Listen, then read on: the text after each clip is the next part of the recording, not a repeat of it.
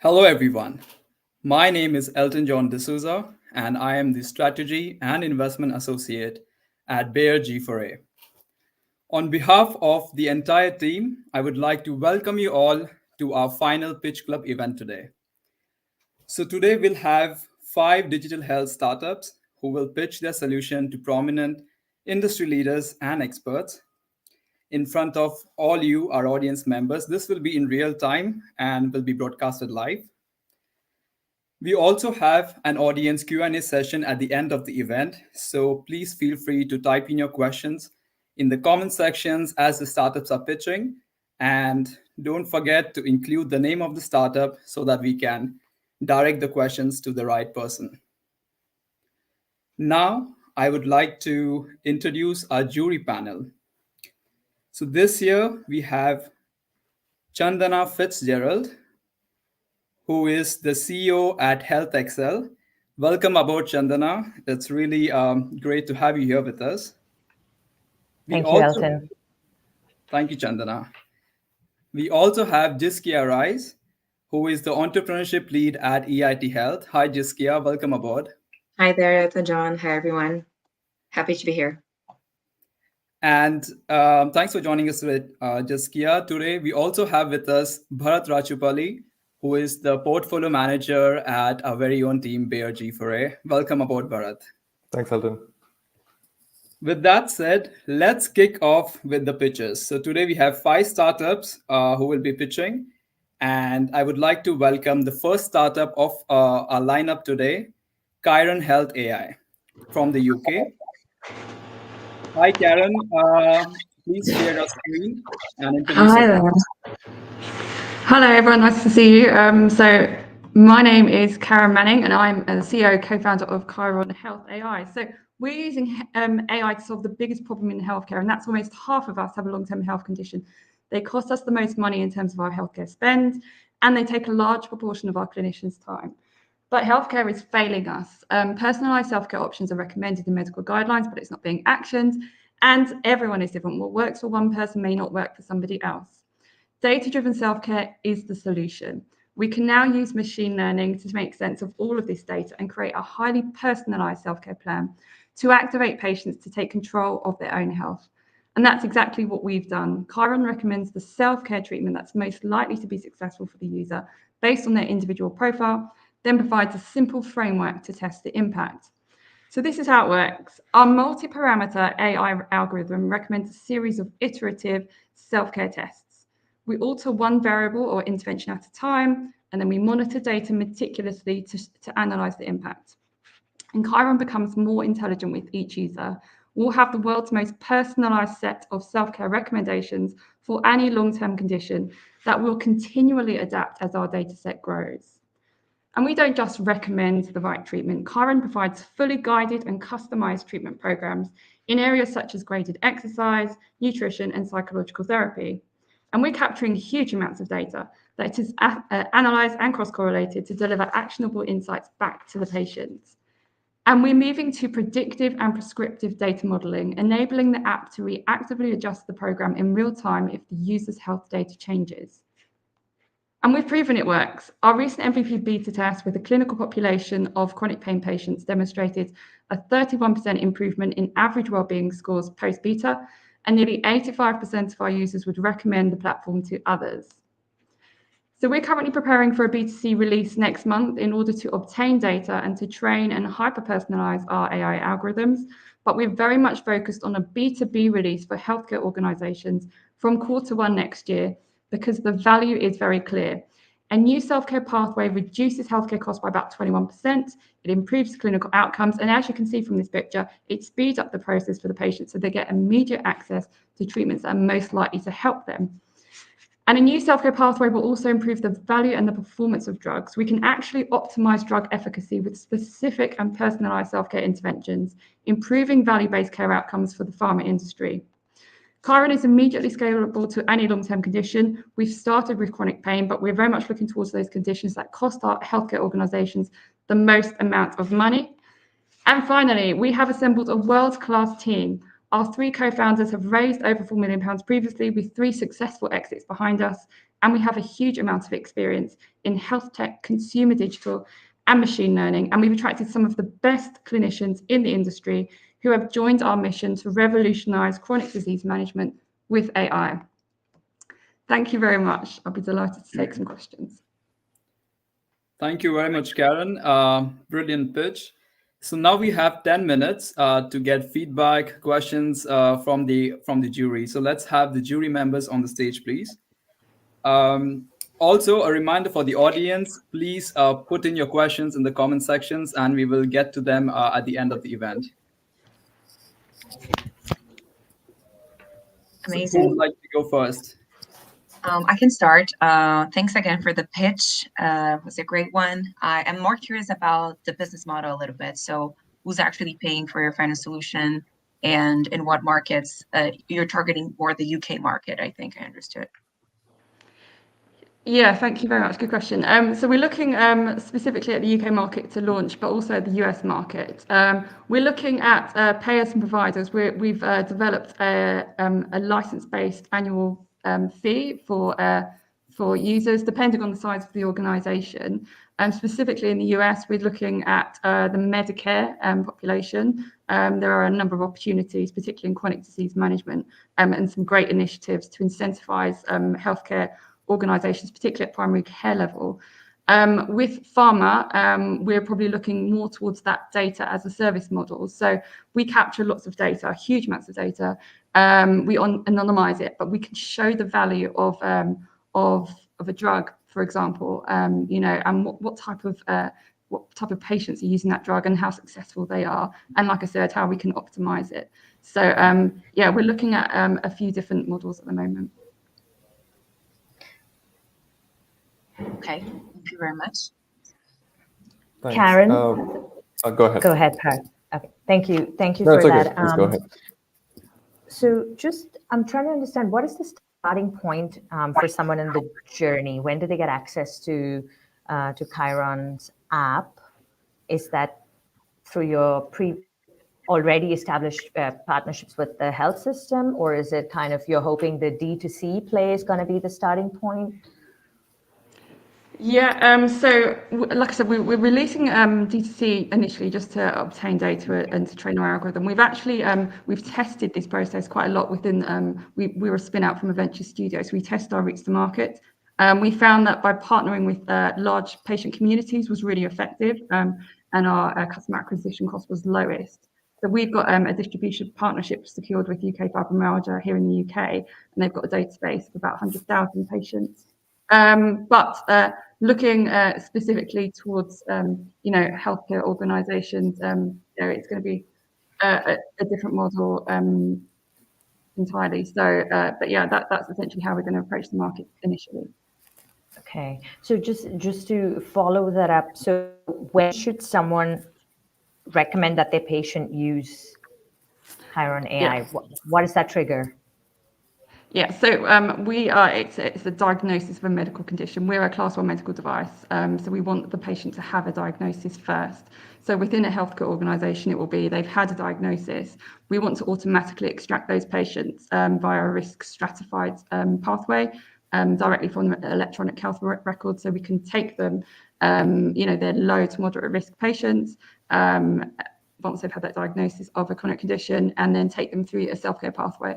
And this should really coexist alongside medical care. So medical care should still exist for those who need it most, absolutely. But all of that data should talk to each other. So it should feed back into the electronic health record. Yeah. Thank you.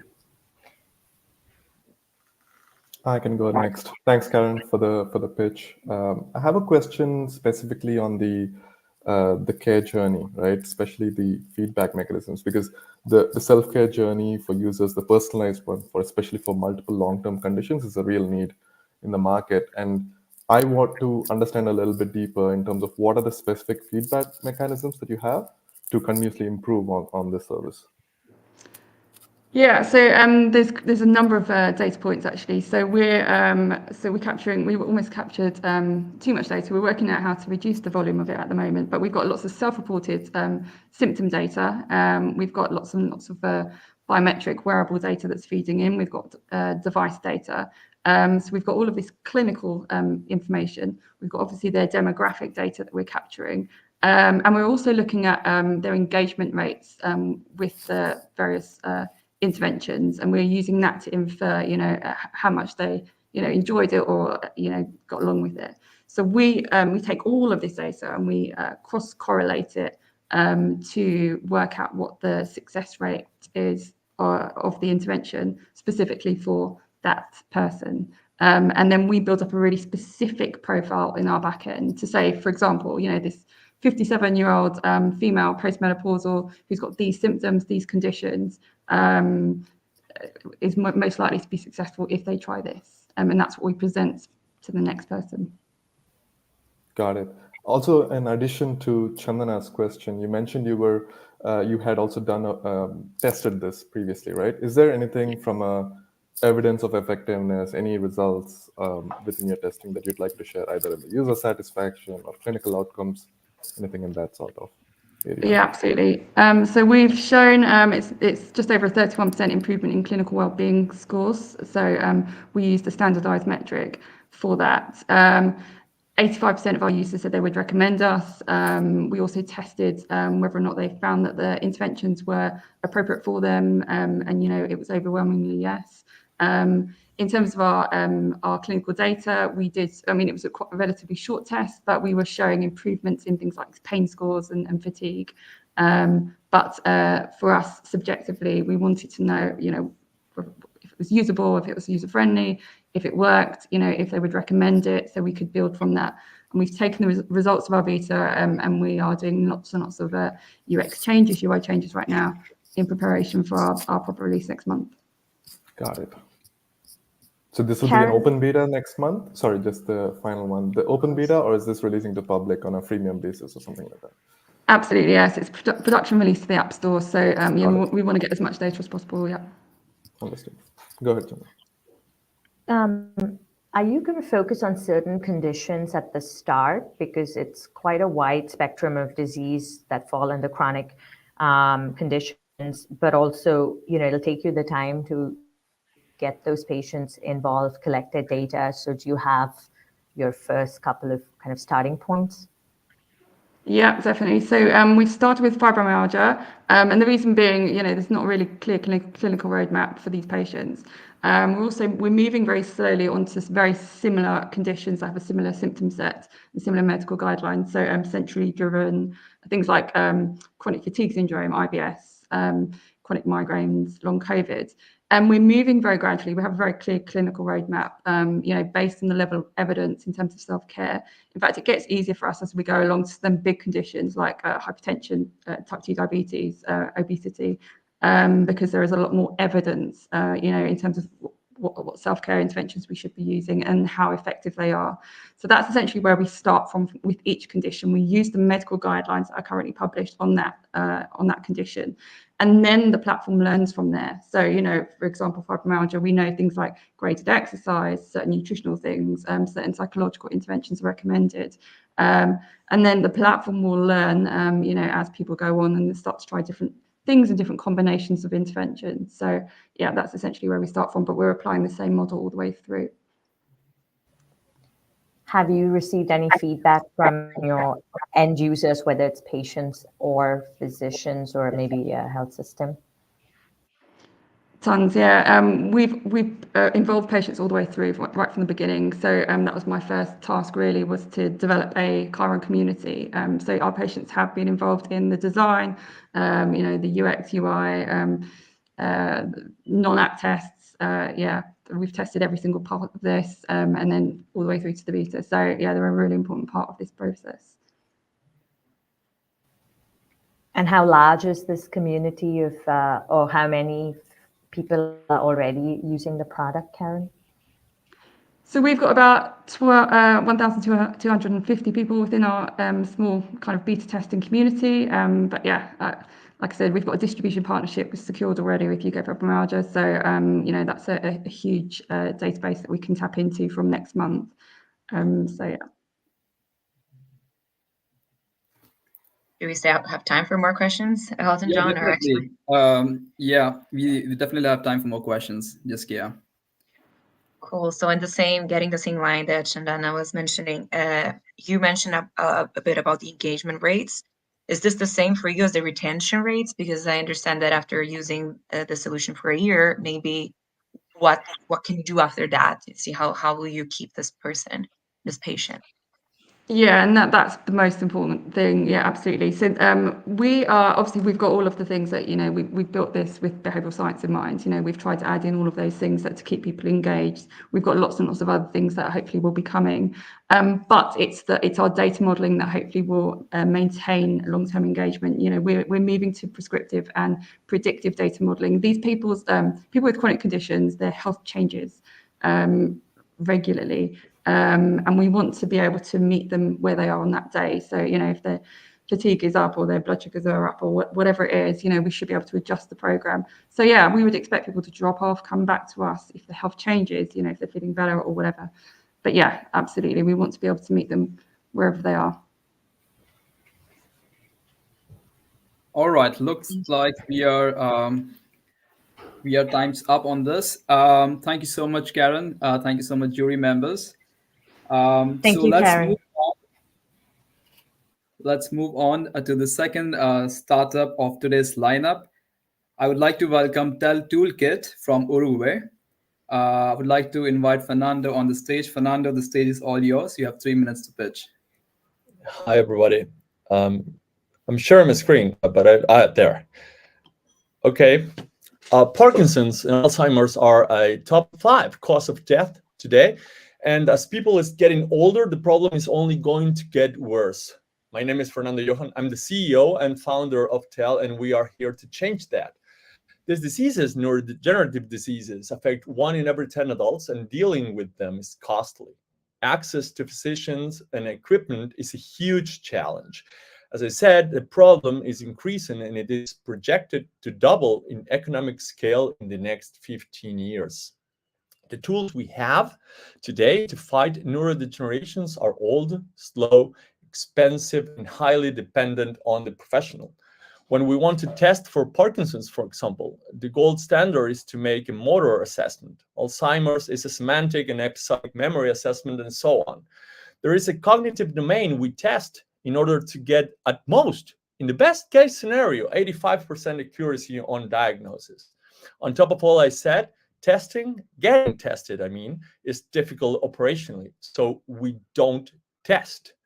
What we do is different. We make patients take automated voice tasks and extract digital markers that accurately describe cognition domains.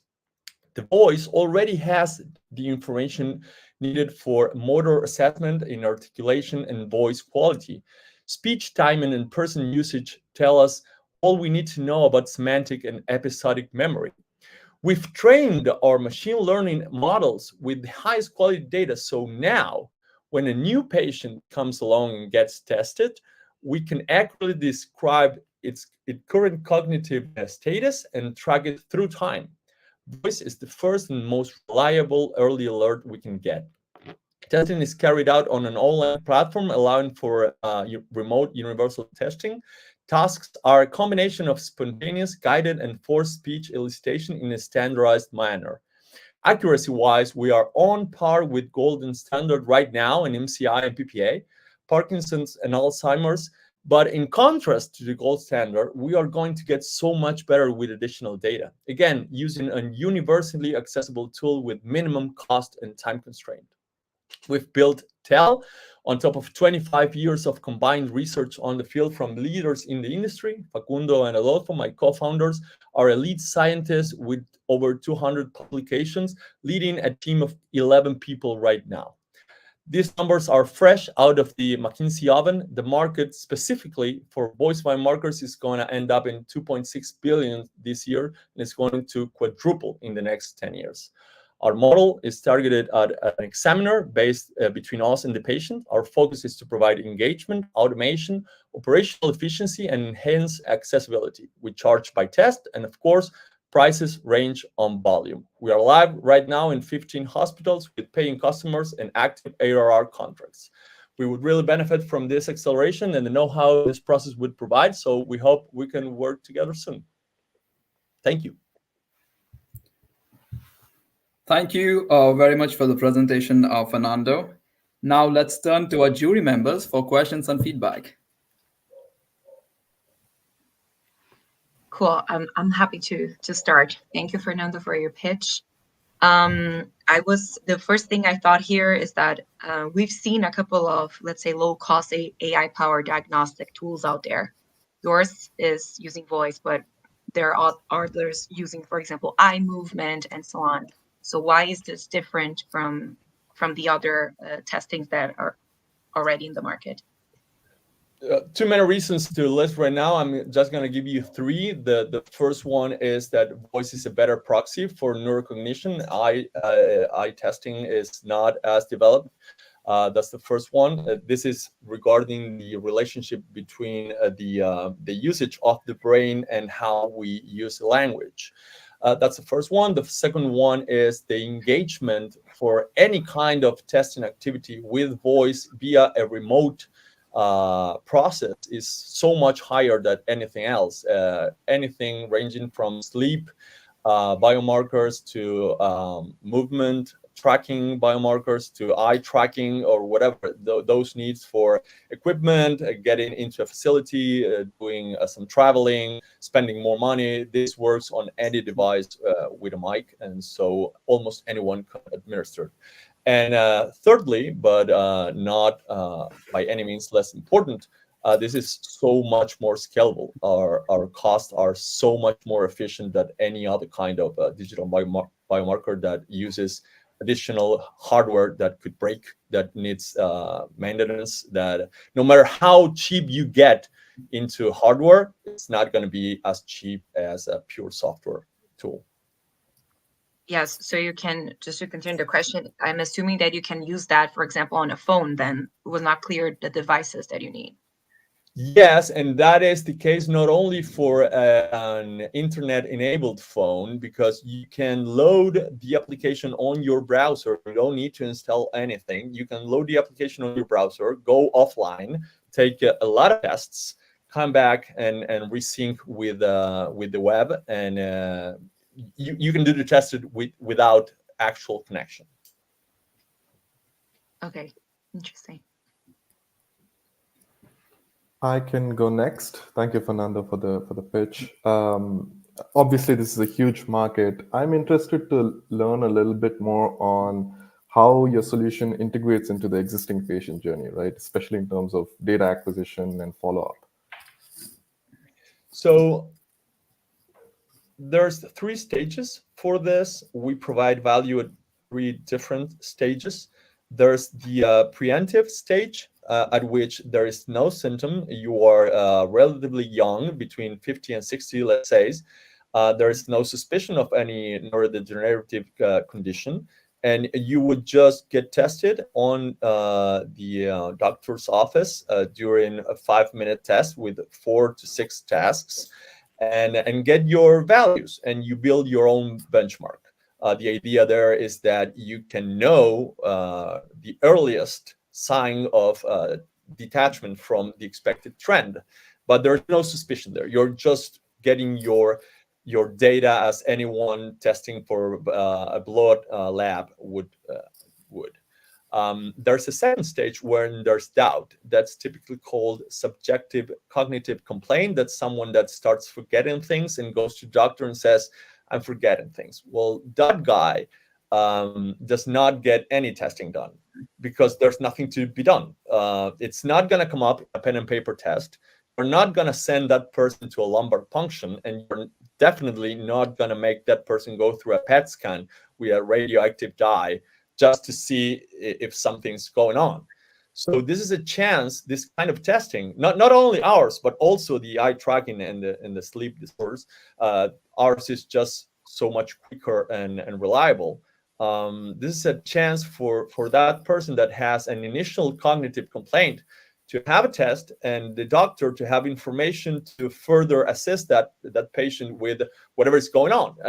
Hopefully everything would look normal, and they would have information to go home and relax. And the third stage is once you have sorry, on the second stage also we can do classification. This is the biggest bet of the company to differentiate between conditions. So in the initial stages, or neurodegenerative diseases look alike. And so this is the bet we have to say, well, this looks a lot more like Alzheimer's than Parkinson's, or the other way around. That's the second stage. And then the third stage, we also add value to people already with a diagnosis, because you have a progression of your condition, and there is so much thing you can do to try it, slow it down, or even stop its development. So this is a way for you to track that in a non-invasive, engaging, and repeatable way throughout time, without the need for you to mobilize yourself, maybe just with the help of a nurse or a minimally trained technician. Got it. Do you have any more Fernando. questions? Yeah, absolutely. Well, I really like that you're trying to make the solution accessible and available to all. So it sounds like there's kind of an equity play, equality play here, which is really nice. So would you say the USP of your product is speed to diagnosis, or is it the accuracy of diagnosis? Because obviously, sounds like you're doing both, or attempting to do both, right? So what would you say is the USP, and have you any results to speak to either of these? So we have to keep in mind that there is no technology in any space that is diagnosis capable. There's always someone behind the actual diagnosis. You have to have someone that says, you have this, you have that. And so in that regard, we are an additional tool, and we like the role of being the tool that justifies decisions. And so if I have to send you to a PET scan, I have more information to do that. If I have to dig deeper and do a lumbar puncture, I have information to do that. And also I have information to say, well, this all looks normal. I have a justification to say, come next year and we'll see where we're at. So in that regard, what we are aiming for is definitely accuracy. And this might be a given, because our results are like 1.5 minutes after you take the test, and that is by default. And so we might get a quicker result, but it's not going to change anything. So our focus is on accuracy for sure, but the fact that this is so accessible, cheap, and easy to administer gives us the focus to also be there the earliest that we can. So have the alert, have the information for further analysis the earliest that we can, because operationally, this is what makes people get diagnosed so late. We don't go to the doctor until it's too late. And in this case, you can provide your doctor with information in a seamless way with any doctor or physician consult. And so accuracy first, but also the earliest sign to further investigate possible. Got you. So when you presented the price points, if they went through a clinic and the different sort of the three categories. Yeah. So the patient actually comes across TELTool and they use it themselves, and then they go to their physician, or the hospital is offering this and saying, hey, do this test. Or all our current models are with our client is the user of the platform, and they have the responsibility to administer the test. So we have the functionality once the physician is comfortable with the patient. Let's say it's a young patient, someone with 55 years old. They can send a link to the patient's phone and they can self-administer the test, but it's always the doctor that is responsible for providing that testing instruction, let's say, testing decision. Thank you. Thank you. But the payer is in the end not the hospital, or it's the patient. Right? Well, that's a strategy of our clients. We have the three models. We have an institution that pays for the whole thing themselves, and they don't change what they charge to their patients.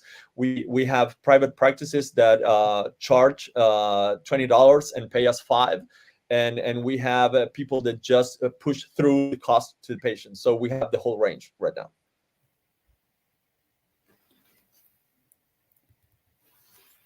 Well, looks like we are time's up on this one. Thank you very much for your questions and feedback, jury members. Thank you very much for your presentation, Fernando. Thank you. Before moving on to our next startup, I would like to very briefly remind our audience members to post their questions in the comment sections, and do not forget to also include the name of the startup you want us to address the questions to. So moving on to our next startup, the third startup to pitch today is Perry. Laura, I would like to invite you on the stage. You have 3 minutes to pitch, and over to you. Perfect. Hi, everybody. My name is Laura Kaffer. I'm the founder and CEO of Perry. With Perry, we are redefining emotional well-being in perimenopause. For anybody who is dialing in and doesn't know what perimenopause is the time that is leading up to menopause, which marks the end of fertility. Perimenopause is that time evolving around it. In general, you associate with perimenopause and menopause hot flashes. That's, of course, kind of the stereotype of what someone goes through in the menopause transition, but it's much more than that. More than 70% of women claim that perimenopause and menopause impacts their emotional state specifically. And that is driven by anxiety, which is due to hormone changes, but also health anxiety, which is due to overwhelming symptoms, changes in your bodies, which you cannot point to, which you cannot explain, and which really leads to loss of control for many. And that is often paired with day-to-day stress, relationships, work, children which are growing up. So it's the perfect storm for many. Since Perry has launched 2.5 years ago, there has definitely been movement in this space. There are different platforms on telehealth, wearables, products which are offering relief. However, there still remains a void, especially in the emotional well-being space, which empowers women through ongoing and compassionate knowledge, because really that knowledge part of understanding what's happening to your body is the big missing piece in the puzzle. We as a platform have the right to win. We are not new to the space. So we have been in the perimenopause space for over 2 years, and we have really grown our brand as a community platform. Mainly in the US, we have been named as the powerhouse perimenopause platform by Oprah, for example. We have reached more than 10 million with our content, and we have a very highly engaged customer base of more than 20,000 users. We have been running member sentiments tests to understand what she's missing, and she's saying that emotional well-being is mainly ignored, and the human connection throughout that experience. So with Perry, we're really redefining emotional health by giving her a compassionate support system of menopause compassionate experts and trained guides, which are powered by AI, next to an active online community. We guide her along her journey, which can last up to 15 years. And we train a new upskilled workforce to be more emotional, compassionate throughout the menopause transition. We monetize through a premium package within our platform, but also through training that new upskilled workforce, and later then with partnership with employers and insurers. And this is our team. We are a very diverse team of mostly background in personal care brands and pharma companies. Yes, and time is up. And time's up. Thank you very much, Laura. I know it's quite hard to do it in 3 minutes, but great job. The stage is over to the jury now. We have, again, 10 minutes for the question and answers.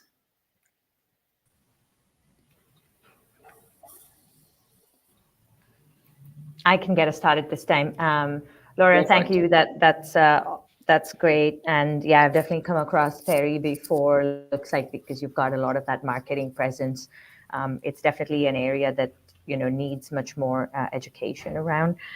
I'm really curious on your business model, right? So so a couple of questions around that. $25 per month, or is that per year for the That is D2C? per month. Per month. Okay. For the D2C, so that is per month. Yes. Okay. I would consider that fairly expensive. So curious to hear what type of adoption, engagement, and retention you're seeing. And the second question is on the B2B side of things. So employers, are they actually really invested in this, and do they actually care to provide the support over several years and make that investment for their workforce? Because those packages also, $2,500 per session of education, etc. It does seem like a big investment, but I'm curious to understand the reception you're getting as well. Absolutely. To your second question first, the B2B model is not with employers. The B2B model is monetizing with existing wellness experts in the space. So imagine nutritionists, fitness experts, bigger chain of fitness providers, bigger chain of nutritionists who purchase our certification to become more menopause compassionate. So for them, that is a stamp of approval to serve the menopausal client better. So it's not an employee model, it's to monetize within an existing wellness industry to upskill existing experts to become more menopause competent. And that training then is a one-off charge of, like you said, $2,500, and then an annual renewal fee to stay part of our platform, to stay part of our AI support, and to stay part of our platform to dive into our customer base of the women in our platform. Okay. So that's the second one. So it's not an employee focus; it's really on the wellness industry. Yeah. And then the first one that on the subscription, yes, it is. It's not purely content subscription. So she is subscribing to, of course, personalized recommendation, personalized content, but also to the access to a real human guide.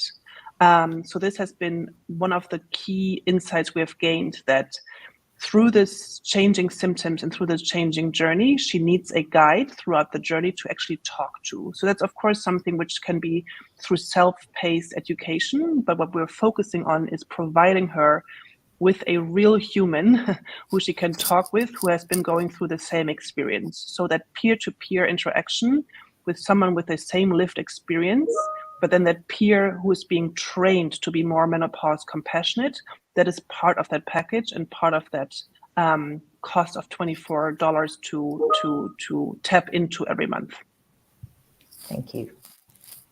Thank you. So this peer, just to get the hair in the same question, is just a person, you mean a person that also is in perimenopause, or is it like a medical person? It's a mix. It's a peer who is in perimenopause who has been trained by a medical person. So it's really that upskilled peer, a model which is very proven in the maternal health and addiction space. And that's the same space, that's the same model we're now applying to perimenopause, to have peers with a training to become guides, of course, not medical experts, but to become guides for women in perimenopause, to guide them throughout the journey and give the right pointers, not recommendations, but the right pointers of which doctor to talk to and how to prepare those conversations best. Mm-hmm.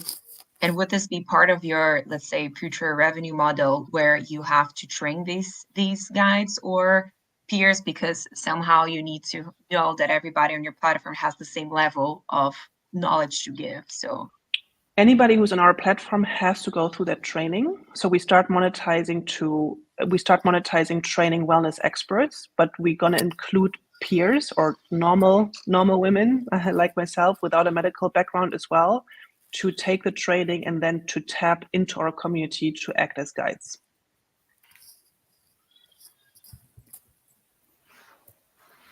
Lost her.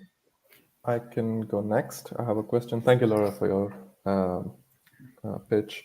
I'm particularly impressed by the community approach, right? It's through the community engagement, and I see the user-centric development of this solution. And obviously, the upskilled experts that you have and support from there and the personalized plans are the strong differentiator. Could you shed some more light on how you plan on scaling this one-on-one support model without compromising quality, right, in the future as you gain more and more users? Yeah. We plan on scaling that, and we already started that again through AI, of course. So it will be human with AI support. But what's very important is that we are learning through the interactions. We're learning through our community interactions of what the questions are, what the conversations are. And we're planning to scale that through AI, or we're doing that already, to really that every conversation, every peer-to-peer interaction within the community is fueling the engine to become more menopause and more menopause compassionate AI tool. So that's how we're going to scale it. That's not always needed. That there's not always a guide needed for the direct interaction, but there can be a interaction as well with the same level of empathy with an AI tool. So that's the current plan of how to scale it. But we're starting really with the human interaction to learn what questions and engagement is needed. Gotcha. And in the future, you see plans on putting the AI before you connect them and scale that up as the Correct. solution. Understood. Correct. Interesting. Yes. Yes.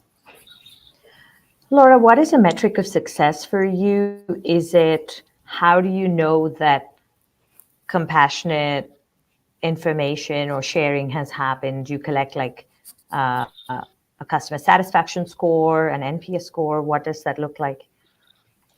Yeah, so we currently have we have different success measures. Our current net promoter score just for the community is around 9.4. That's just, to be part of the community, talk to peers. So that's really a highly engaged community with a super high retention rate of 75%. That's one.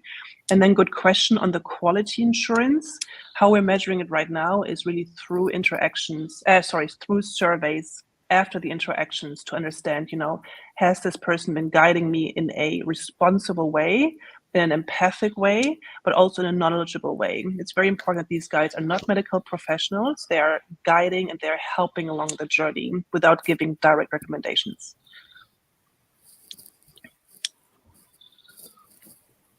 Do we have any more questions? And the guides are employees of Dairy? No, Sorry, the guides go are ahead. freelancers. So it's a rev share model with them. Whenever they acquire a new client, they earn on it, and so do we. So it's really much of an incentive for them as well to tap into the community to acquire new members for conversations. Understood. Laura, What are you hoping just to about get your out of vision. Sorry, ahead, Paris. Simon. Sorry. I think mine is the last question, which is, what do you hope to get out of G4A? Oh, yes, absolutely. The emotional health space is really much underserved in menopause care. So it's really how to evolve this further, especially through the support of AI, and tap into your guys' network of understanding, how can we make emotional health accessible, which doesn't always mean, link it to therapists, but how can we really reskill peers and reskill our society to become more kind of a support system. And I would love, for this partnership to just tap into the development of that. Great. Laura, in terms of your vision, right, for the future of this company, do you see yourself keeping this as a specialist in the perimenopause area or across the life cycle stages for women? What is your... Such a good question. So just educational, perimenopause can start as of 35. So I really see that as a wedge into midlife and longevity. So this part of, peer-to-peer support, having a more holistic support system of nutritionists, fitness experts who are all trained to speak to a certain consumer group, can scale across ages. So perimenopause is the first entry of where especially women are experiencing a turbulent time of different symptoms and experiences and are seeking for help, are engaging in the conversation. And that's our wedge into engaging with her until the rest of her life. Got it. Thank you. Thank you. So looks like the time is up now. Thank you very much for Thank your you. answers, Laura. Thank you for the feedback and question and answers jury again. It's time for our fourth startup. I would like to invite on stage Peter. So we have Proximus from the UK, and Peter, the stage is all yours. You have 3 minutes to pitch. Over to you. Thank you. So my team's vision is a world free from communicable disease. So here's the opposing team, the numerous pathogens that plague us. These particular pathogens thrive in hospitals, and it's a huge problem. Patients who catch infections in hospitals consume 20% of beds, and it leads to some very poor patient outcomes as well. Wait, 1/5 of beds? Yes, it's a huge, often people miss that. It's 1/5 of our healthcare system is used to deal with the problem of infections caught in the healthcare system. So our solution to this keeps track of where everyone has been, locating people every 10 seconds with an accuracy of 25 centimeters. We can use this technology to see who's been exposed, and this enables interventions before the exposed person becomes infectious. Hence, we deny the pathogens their next host. And if they cannot spread, they cannot survive, we win. So what's the addressable market if we solve this? Well, we think worldwide, this is about $40 billion, with applications anywhere humans work and play close together, which is everywhere. Our business model is a software as a service, as we expect the technology to converge with mobiles. And a word of competition, well, we see nothing really like this out there at the moment in infection control. But it gets better.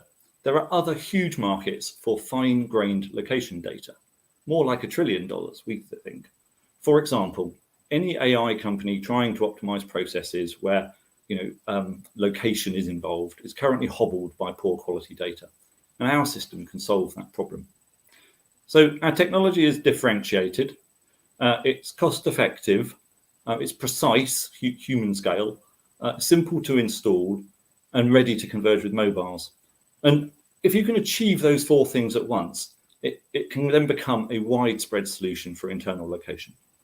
So the team has both full and part-time members with some great experiences, as is shown here. And we've enjoyed good traction with backing from institutions like the Francis Crick Institute and Innovate UK. And our lead investors are Cambridge-based life sciences VC. We also have numerous health and care providers eager to try the solution.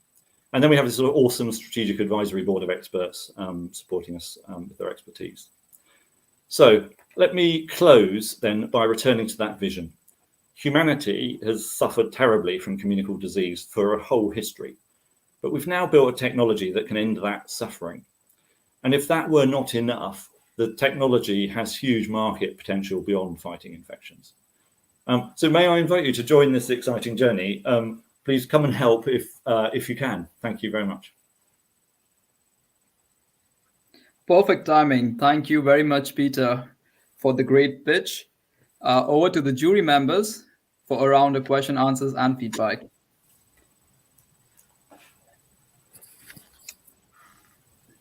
So maybe we can start clockwise. Chandana would like to go first. Of course, yeah, happy to. Thank you, Peter. And I completely understand the need and the that you're trying to solve for here. I'm kind of curious to understand how the device works exactly, right? Because so it is a wearable. Is that a patch that I saw in the picture? Is that a wearable that you put on the patient? So the device is effectively a small piece of electronics that's a tracker. And for staff, it's embedded in the staff ID pass. And for patients, it's put on the ID band. Right. There's then some hubs on walls, and they are arranging those pieces of electronics. That data is shipped into a sort of cloud environment, and we work out the precise location of that tag every 10 seconds. Understood. Okay, so basically your product is not actually going to help to diagnose that someone is an imminent sepsis, but it actually helps trace where that is happening and help with isolation and quick intervention. Exactly. Yeah. Okay. Exactly. Understood. Essentially, it provides a percentage chance that someone has caught something.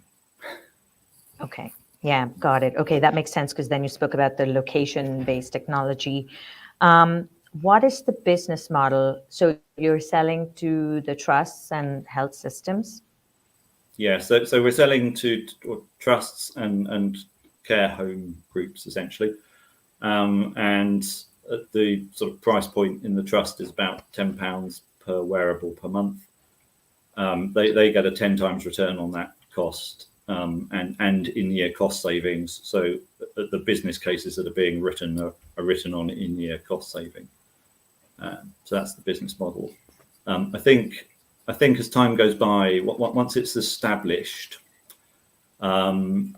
it's likely to be procured at a more central level, certainly in the UK healthcare system, but NHS, the trusts here for now. And have you any data on cost?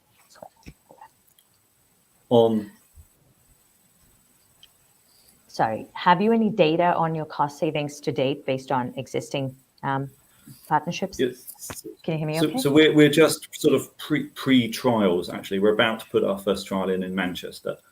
So there's no evidence from applying this in this environment.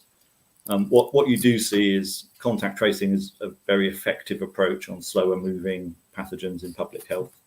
And there is some data from the pandemic and the use of digital contact tracing that you can extrapolate from with the performance improvement. So, I mean, we think conservatively you can reduce the infection rates by 25%, essentially. And the clinicians we're working with think they can do better than that. But, that's that turns into a big saving. Okay. Thank you. Would you like to go next? Yes, thanks. Thanks, Peter, for the presentation. Where was the solution when COVID was happening, right? But in terms of this technology that you have, right, the band, the ultra wideband technology, and the wearables that you're using in your solution, right now, obviously, with the setups in the hospitals, and your business model is very specific to these healthcare settings. Is that something? What is the scalability of this technology, right? And also the vision for your company. Is this something that you want to stay within healthcare settings, especially hospital networks and hospitals? Or do you see expanding newer versions of your technology for larger reaches, for example? No, we really see expanding. So within infection control, you can expand into a number of different industries that are troubled by infection. Everything from cruise ships to film ships, to film sets, to oil rigs, to the military units. So there's that. The other big expansion in infection control is sort of public health, to turn this into something that is sort of routinely embedded in the mobiles that we carry. So that's a big expansion. Then the other piece is that this actually underlying tracking and data is really valuable to a whole bunch of people, from people who design buildings, people who facility manage buildings, people who try and manage operations of processes in buildings. All this stuff is sort of a bit hobbled by poor quality tracking internal data at the moment. So we think there's a really big opportunity there. And we're feeling that in the NHS, actually, because the people who do patient flow and bed tracking and asset management are looking at our thing and going, well, that's a quarter of the cost of the stuff we're using today. That's really interesting. And you mentioned your business model is more in the SaaS spaces. Is it like a subscription basis, or is that something that? Yeah, we're sort of planning an implementation fee and then a software as a service subscription. We're a bit flexible on that. Capital budgets in the NHS are tighter than revenue budgets, so it makes sense to play that way. We could turn this into a capital item as well if the customer needed it that way around. Got it. Thank you. As you mentioned, just to get here, first of all, hi Peter, thanks a lot for your pitch, very interesting. Getting here a bit what Bharat said. You said £10 per device, but of course, then plus the software as a service fee as well, right? That's all in. That covers your device. It covers the software. That's it. And a sensible replacement rate. Interesting. And as also mentioned here in the questions, we understand with your device and your software where the location of where a virus, for example, is, but not which one, right? Because you mentioned like so many on that right, slide, yeah. you don't have yet the capability to know exactly which one, or at least the family of it. So in hospitals, they have access to microbiology tests. So actually, the beginning of a response to an infection, what is usually a nurse noticing the infection, and they can certainly tell whether it's respiratory or gastro, and so you can start to put the control function in place from the moment you see the first symptoms. As you get a microbiology result back 24, 48 hours later, you can then update your response depending on the specific characteristics of the bug. There's some interesting, getting cheaper point of care testing that might make the testing possible on the ward quite soon. That would be very complementary with this system in the sense of, the testing tells you what bug to contact trace for, and then the contact tracing illuminates people you might want to now go and start testing. Okay. And do you want to expand to other countries? Is the EU on your track there? Yes, very much. I mean, it's pretty sort of standard, I suppose. We have relations in the sort of EU and US and the sort of Far East, and a bit in the Middle East as well. But we think we need to get the business off the ground as a sort of revenue generating business here in the UK. But yeah, we very much want to go international as soon as we have the scale to. Okay. How important, Peter, is the actual device? Because in the future, surely you can measure the same thing using phones. They can serve as trackers. Yes. So I think in the early stages, the device is quite important because it's actually quite hard to do. So there's a quite nice defensive thing there. But roll the clock forwards 5 to 10 years, and the type of technology we're using, ultra wideband, will be largely ubiquitous on smartphones. But that's why we sort of chose this is that you can then port that onto phones, and actually in the longer term, it's the data asset and your all the insight in that makes your system super accurate. That's the key, a key defense thing. So yeah, we expect it to go onto phones, and we'd like to, because we'd like to your point, we'd like to have one of these ready before the next pandemic. Absolutely. Yeah. Do we have any more questions?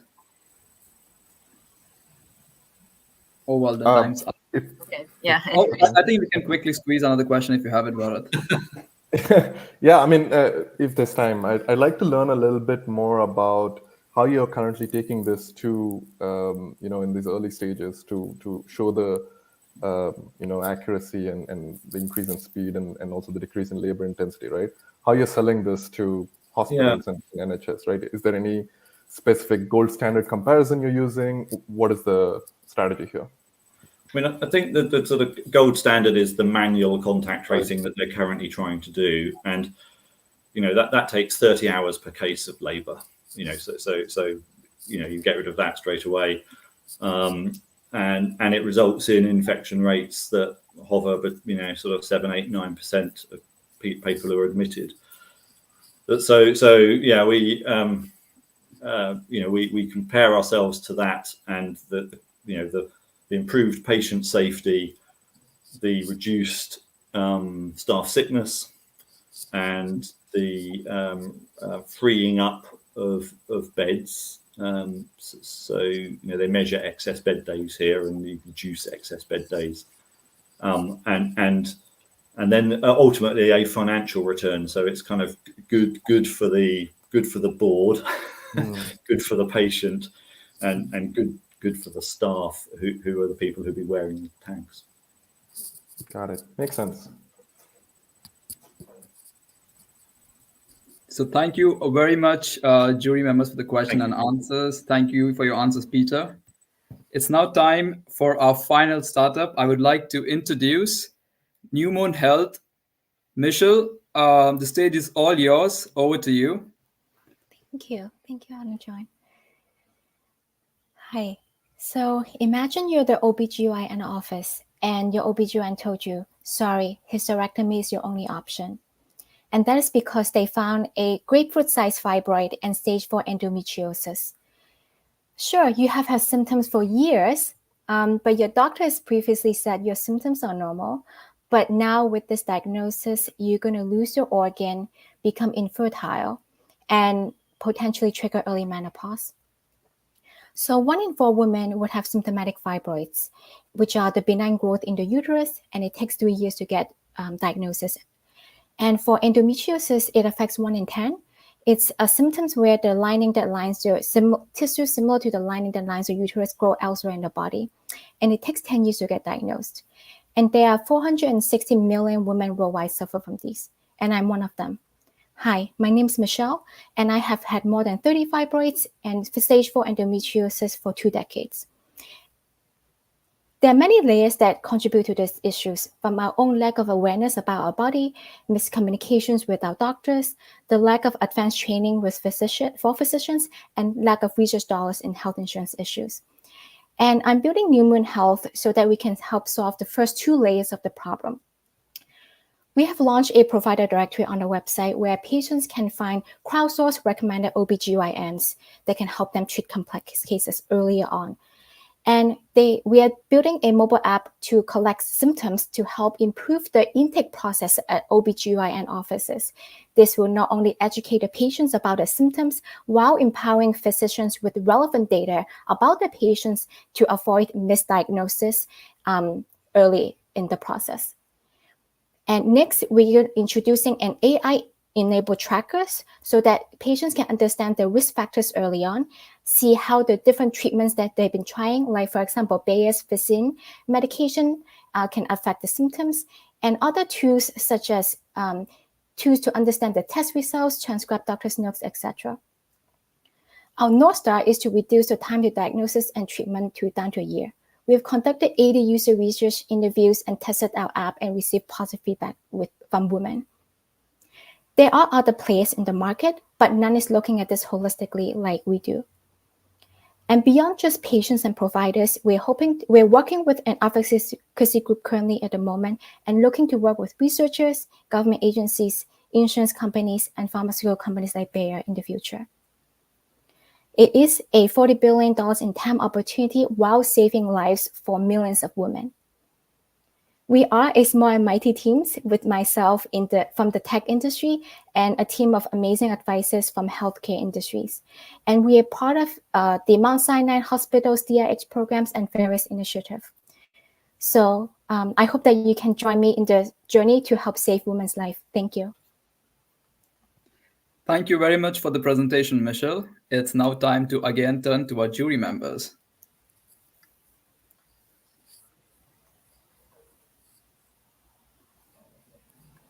I'm happy to start. Yeah.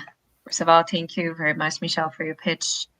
Great communicator, and also bringing a bit of your story into this pitch. I think my first question would be about the competition. I know that you addressed this very briefly. I understood on this very brief pitch that you can address the patient, but also the doctor. So you can use that. So both sides are using it. But isn't this already being done as well by the competitors? I know some of them only. So. Yeah, that's a great question. So specifically for, because we are addressing fibroids and endometriosis. So for example, Sirona Health and Lhasa Health, they're primarily only focusing on endometriosis, and they are more focusing on patients and not the provider communications. And they're more focusing on, I would say, like AI. And myself, I'm a technologist. I was a software engineer and now a product designer, and I don't believe in AI replacing the interactions. I can see that it should enhance in the patient care journey. So that's why I'm hoping to use this tool to educate patients, but actually help physicians during the doctor's visit. Understood.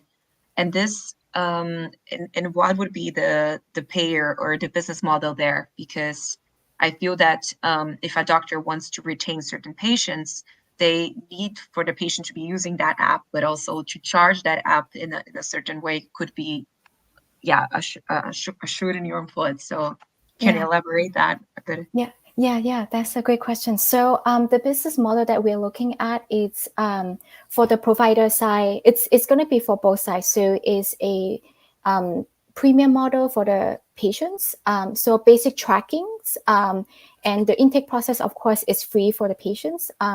Like more advanced data analytics and suggestions would be in a paying feature.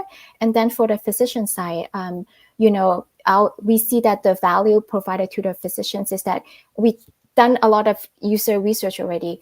They all complain about they don't have time to properly diagnose. One of the main problems that they attribute to the diagnosis delay, the 3 years for fibroids and 10 years for endometriosis. And mind you, fibroids, you can easily diagnose it if doctor, after hearing the symptoms, they send the patient to do ultrasound. Like it should be very easy, but we still have this issue of this 3 years delay. So the idea is that we're going to help physicians to be better physicians. And another problem is a lot of times women doctor hop. So they go to see a doctor, the doctor don't have time to talk to them. They don't have a good experience, and they jump to the next doctor. And I've talked to women who talked to like 10 different doctors to finally find one that listened to them. And we're hoping to use Newman to basically help doctors to become that compassionate doctors that every woman's looking for. Yes, exactly. No, really interesting. And maybe one last question from my side here. So as this takes long to diagnose, because we've learned that 3 to 5 years and so on, then actually the patient needs to have the awareness of using it first, and then carry all the data with them and Dr. Hop if that's the case. So how can we ensure that people are tracking it for 3 to 4 years? I'm also a woman, so every period, every time I cramp, how can we ensure that? Yeah, no, that's a great question. So a lot of women use the period trackers already. And unfortunately, the period trackers, the product out there in the market are more for fertility purpose and not for symptoms management or educating about their body. So, I can see that in the future, possibly partner up with other period tracking apps to help feed that part of the education portion and symptoms management portion of things. But also, that's why we are taking the intake process approach first. Yes, it does take patient education, but the thing is, most women in the US, I think 70% of women does go to the annual visit to the OBGYN office. So that is like a great entry point for them to just, log the symptoms so that to make sure they communicate them properly with the physician. So we're hoping to use that window first. And then later on, the step 2 is the tracker, long-term tracker, so that they can educate themselves and manage the symptoms long-term. Thank you. And sorry, I said it was my last question, but now you reminded me of something. Last question, I promise. Yes. Is there any system to maybe merge the data from other apps to your solution? Because this is also something that, we in the end use those apps that came first, but then when a new solution comes, how can we, migrate all our data to your platform? Yeah, no, that's a great question. So far, we are building the app more on the solo space just to try to prove that, what we're trying to do is, it's going to work. And later on, we do want to expand to other apps that are already tracking. Like, for example, one thing that is very interesting, a lot of users, when they do give feedback, they're very interested in the diet. A lot of people track their food already, and they really want to understand how their food, the kind of food that they eat, impact the symptoms. So I can see in the future that we can incorporate, like food tracking apps out there. Michelle, thank you so much. I'm really curious because your website and everything actually talks about the starting point being someone who knows they have the symptoms of endometriosis or fibroid. But a lot of the time, like you've described yourself, it takes a long time to get to that conclusion because you're just having irregular periods and pain, and it could just take a while, right? Yes. So for me, that's a little bit confusing because someone just starts the journey by reporting that they have irregular periods or pain, excessive pain, or they're getting clots, all that type of stuff. So what is the actual starting point of the journey? Yeah, no, that's a really great question. That is a really valid point. I do have to update the website. It's a little bit outdated. So you're right. A lot of people, so there are actually two problems. Like you mentioned, one is, they report the symptoms like you mentioned, like heavy period, painful period, and they don't know that it's basically caused by fibroids and endometriosis.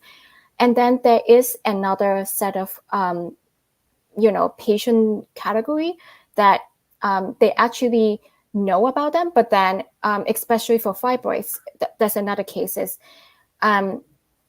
doctors just like, oh, fibroids are slow growing tumor. You're fine. Don't worry about it. And then, a year, 2 years down the line, fibroids, nobody knows why they grow. And then next thing they know, they need to get a hysterectomy. So you're right that the first stage is definitely to target people who don't know the symptoms, which is why we are going to take the approach of embedding into the intake process with the OBGYN office. And then the stage 2 is to help people who know that they have this diagnosis already, to help them manage the symptoms, to make sure that they're educated enough to know how to talk to their doctors to make sure, get the test necessary that they need to make sure that their conditions don't get much worse over time. Okay, thank you. Mm-hmm. And just on the physician portal and access to OBGYNs, I think it's obviously a really good idea. Where that places you is directly in competition with telehealth platforms. Because you could be on a telehealth platform and you could be within the specialty of OBGYN. What are your thoughts on that? Because that's quite a crowded market. Yeah, that's a really great question. So far, the telehealth, maybe I should clarify. So the provider directory is a crowdsourced directory that I ask patients that, who you have seen, who you recommend. And so that is being put on a provider directory. And then what happens is we are doing outreach to the providers that are recommended and then see how we can embed into their intake process to help them improve. So what happens is, I know I'm not answering your question, but I just wanted to give a little bit more context is, the specialist, like the fibroid specialist, endometriosis, but they have a long intake form. And we're trying to just make it easy for them to do the intake easily. So, but then for telehealth, we might be looking into that, but probably in the future. I understand. Thank you for clarifying. Mm-hmm. Yes. Mine would be the last question. I'll make it a quick one, Elton. Thanks, Michelle, for your presentation. In terms of the engagement, right? I understand that you would connect to the right OBGYN through the platform, through this ecosystem that you're building. But then in terms of continuous engagement of users and retention over time in your platform, what are your plans there and how do you plan on kind of keeping that going from your end? Yeah. Yes. So intake process is only one step. So every time when someone goes see an OBGYN, ideally, the doctors should have updated information about you so that they can have like a better treatment plan for you. That unfortunately, that's not happening. And so in order to get to that, we do need, to have women to continuously track the symptoms and have data over time. So it is a continuous process. And like I mentioned, a lot of women are very curious about diets and like other lifestyle choices that they can make. So a lot of women are curious about like the most up-to-date research papers that are out there. And then they want to be able to get those data and try it on their, on themselves to see if it helps, because there's no like bulletproof solutions to fibroids and endometriosis, unfortunately. So there is a need for this continuous engagement with new women. Got it. Thank you. Thank you, Michelle, and thank you, jury members. That was quite an interesting Q&A session. So now we would like to open the floor to have questions from our audience. If there are any questions for the startups, please put it in the comment sections. Now is the time. Also include the name of the startups. You can also take this opportunity to ask your questions to the jury members. How will now put up the questions that we have from the audience. So I think the first question goes to Chiron. Do you have XAI? I'm assuming it means, do you use generative AI?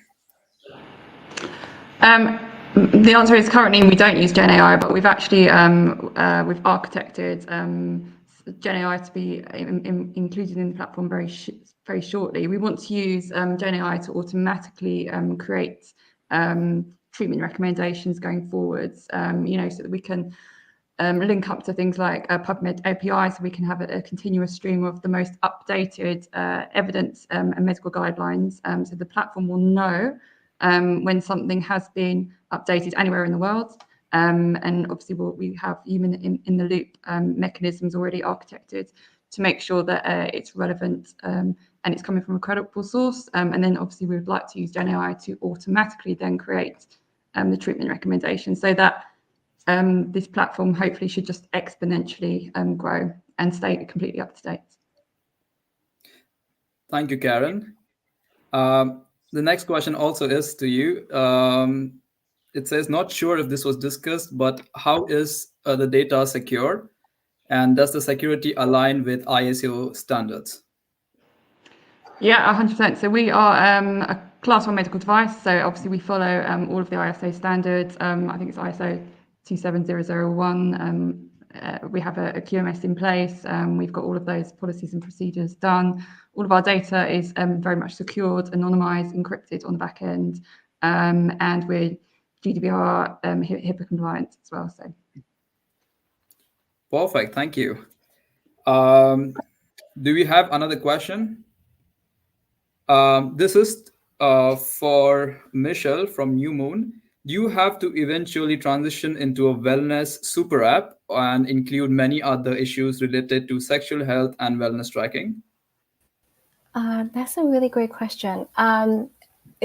It may be in the future, but right now, fibroids and endometriosis, especially endometriosis, is just so hard to manage. I think that is enough for me to spend the next 10 years on to solve it.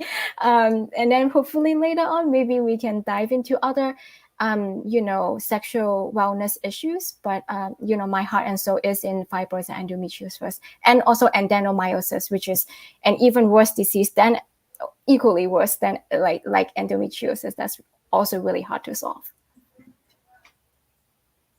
Thank you for your answer. I think we already discussed this question. Do we have another question? If not, I think I have a question for the jury members.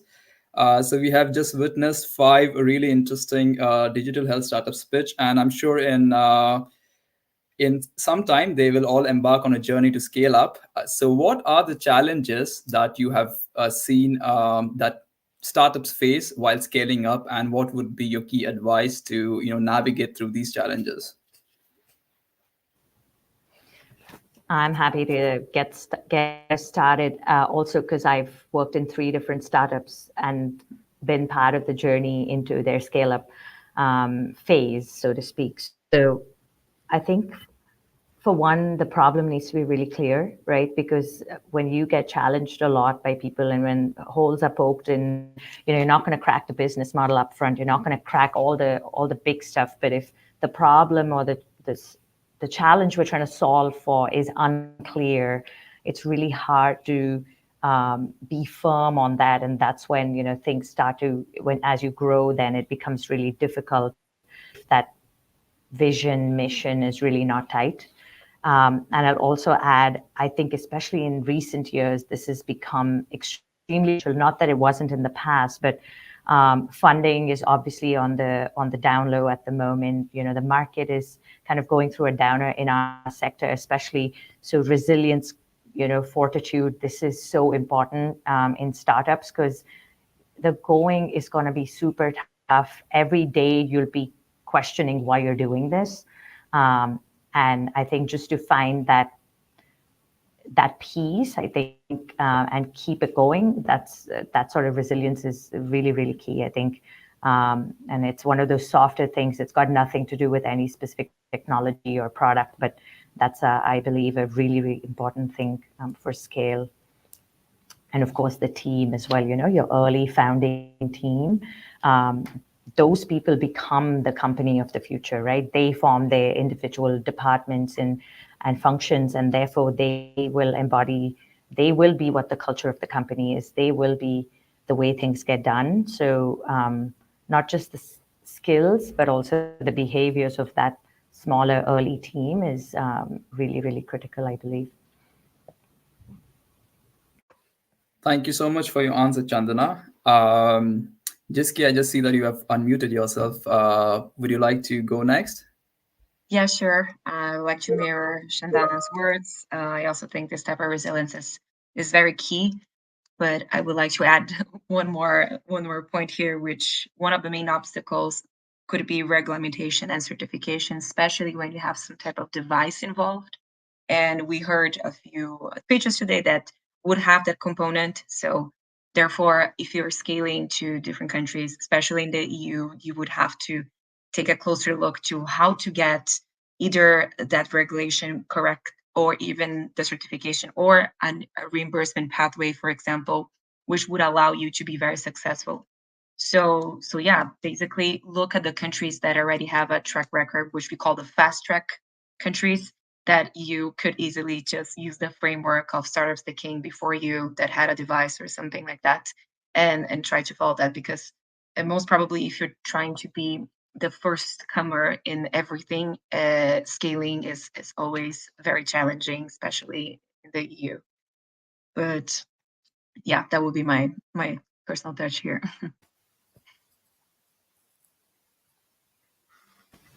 Am I audible?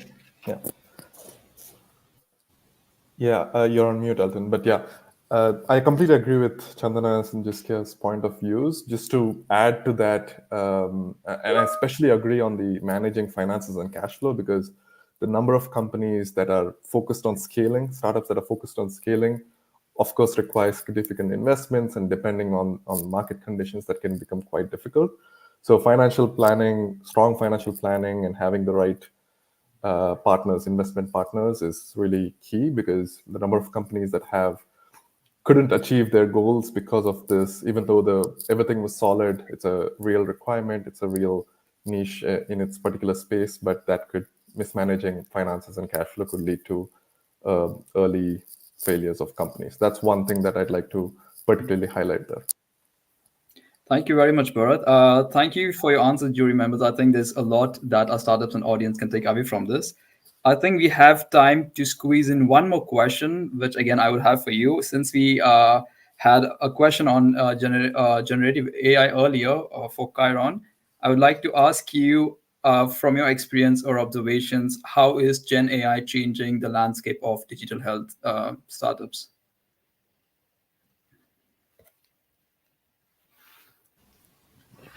I'm laughing because I feel like it's unfortunately one of those hype cycles again, right? 10 years ago, we were talking about data lakes and AI, and we're kind of back at it again. That said, of course, it's not without reason, and it's not that there's not going to be an impact. from what we're seeing at Health Excel, we have a bird's eye view of, the entire ecosystem. And there's definitely been a lot of conversation across the value chain or the spectrum, right? Everything from, say, drug discovery to clinical symptom tracking, management, and everything in between. And there's also the not so glamorous elements, but really fundamental, essential things around supply chain management, revenue cycle management, all these types of things also that are being impacted or where AI can really play a role. So I think the use cases are far and wide. So it's really down to implementation.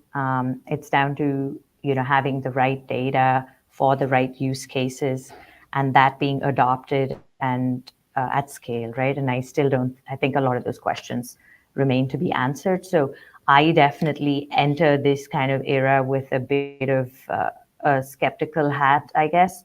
I do think this should go a little bit slowly and cautiously because we are working in the healthcare space. We are working with human data. So I think we've really got to be cautious. That said, the promise is definitely very alluring. So that's what I'll say. I think I kind of come at it definitely with a bit more skepticism than the average Joe. Very well, thank you, Chandana. Totally. I can go next. I can actually briefly divide my answer into two. So for the first part would be how Gen AI is actually changing the industry is the obvious fact that now tech companies are also competing, let's say like that, with pharma and other proper healthcare companies that were in the market so far. So that's an interesting fight, let's say like that. And it also brings what Chandana said before of data ownership or how this data is actually being treated. But you see clearly the gap that pharma and other healthcare companies were not yet ready for this, but tech was. But at the same time, tech shouldn't be taking the center stage here. So yeah, it's an infinite debate on that. So I'm really curious to see more about this because I think they really depend on each other. We cannot only have one having all the spotlight.